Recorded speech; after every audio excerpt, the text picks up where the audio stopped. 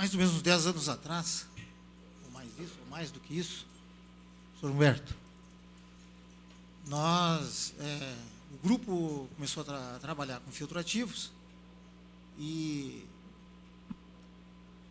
quando você trabalha em filtrativo, tudo isso que tu comentaste, muito mais é importante, porque basicamente duas coisas. Uma, pelo fato de que ou o cliente tem algum problema, isto é, as condições de linha, de sinal, enfim, a energia que está sendo consumida, energia elétrica, não está sendo adequada para o consumidor, né? E aí começa o consumidor a cobrar da concessionária a melhor qualidade, né? Ou caso contrário, a concessionária começa a ter problema de queima de transformador, superaquecimento na rede, né? Ou na proteção.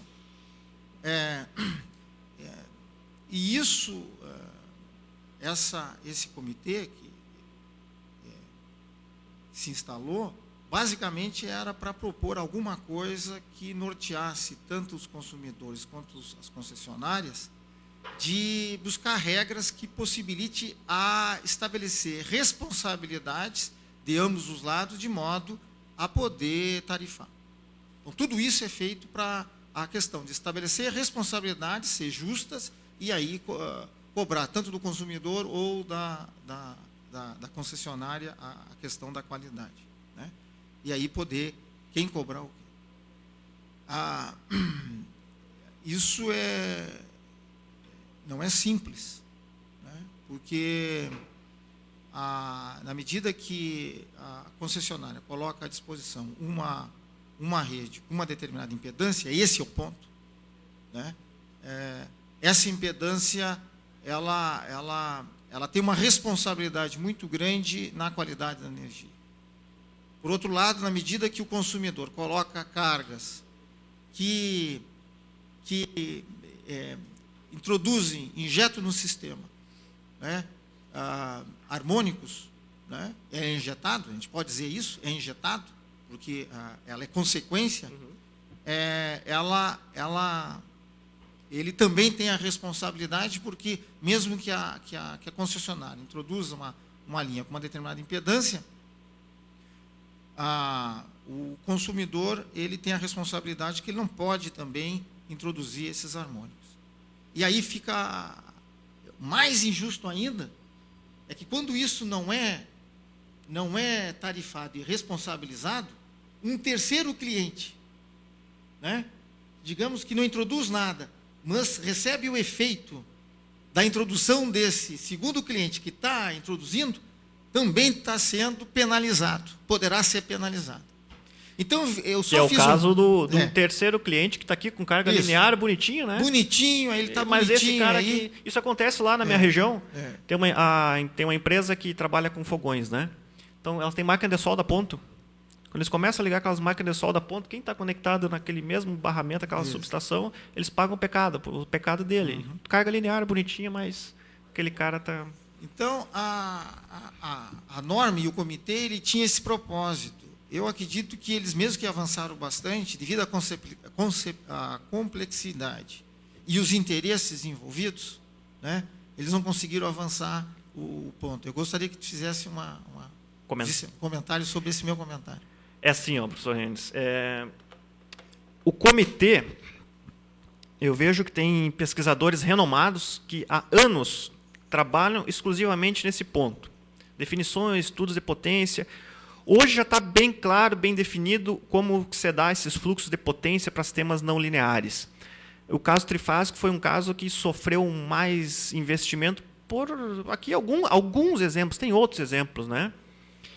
E essa norma, como está hoje, depois que ela houve da 2000 para 2010, a 2000 era uma trial use, é até interessante, eu recomendo para o pessoal, no site da I3E tem a Reading View, que é a mesma norma onde está marcado o que foi alterado, o que foi incluído, o que foi extraído. Então é boa a gente comparar o que foi surgiu.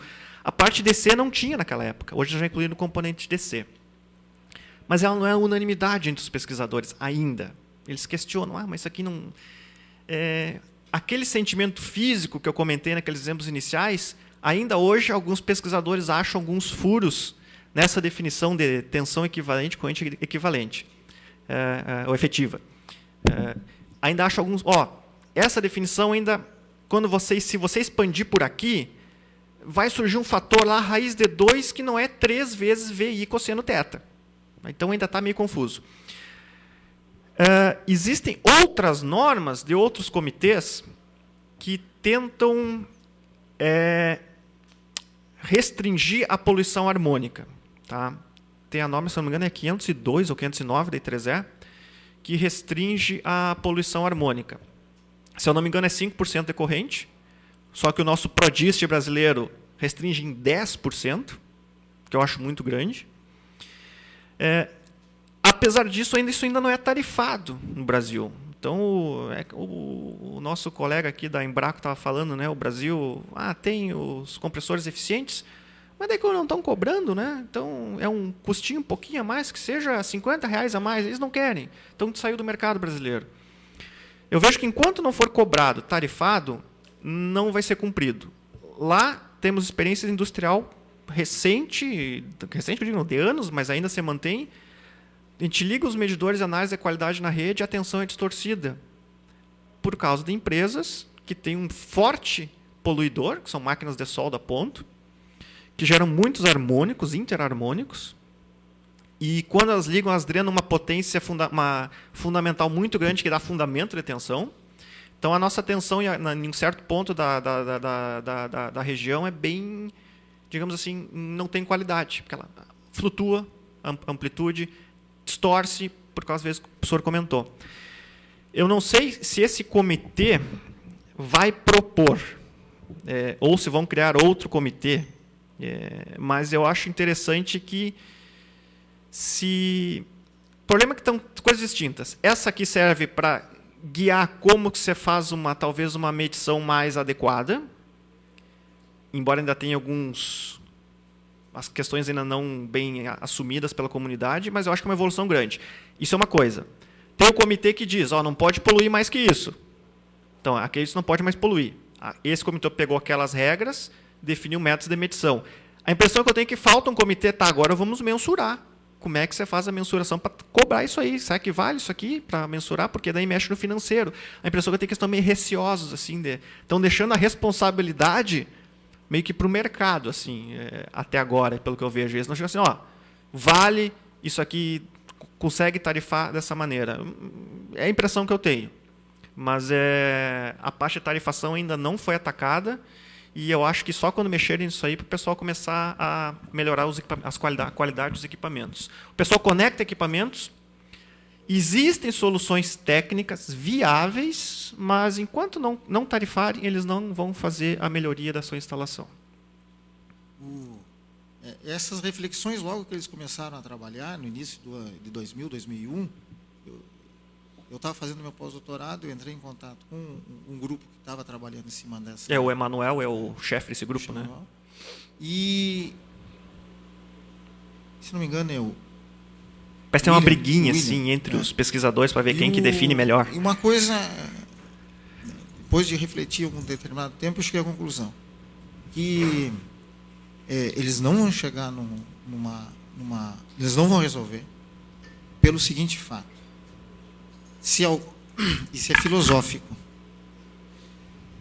Se alguém polui e essa poluição prejudica um terceiro que não polui, só existe uma maneira de resolver.